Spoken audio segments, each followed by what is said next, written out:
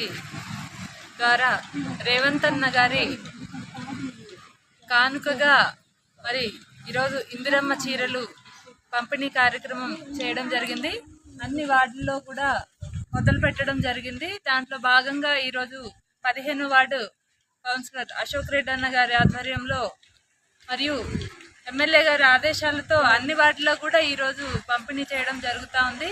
మరి కాంగ్రెస్ ప్రభుత్వం, రేవంత్ అన్న గారి ప్రభుత్వం మహిళల్ని కోటి మంది మహిళల్ని కోటీశ్వరులను చేస్తా అన్న మాట నిజం చేసే దిశగా అభివృద్ధి పదంలో దూసుకొని పోతోంది. ఎందుకంటే మహిళల్ని అన్ని రంగాల్లో ముందుకు తీసుకెళ్లాలని అన్ని రకాల పథకాలు పెట్టి మహిళల్ని ముందుకు తీసుకెళ్తా ఉన్నారు. వారికి మా అందరి తరఫున కూడా ధన్యవాదాలు తెలియజేస్తా ఉన్నాము. మరి ఇదే విధంగా ముందు ఇంకా మంచి మంచి కార్యక్రమాలు చేసుకోవాలని ఈ సందర్భంగా తెలియజేస్తాను. 15లో ఇందిరమ్మ చీరల పంపిణీ కార్యక్రమానికి పిలువగానే విచ్చేసినటువంటి మన మున్సిపల్ చైర్మన్ మేడం గారికి, తర్వాత శరతన్న గారికి మా వార్డు నంబర్ 15 ప్రజల పక్షాన ప్రత్యేకమైన ధన్యవాదాలు.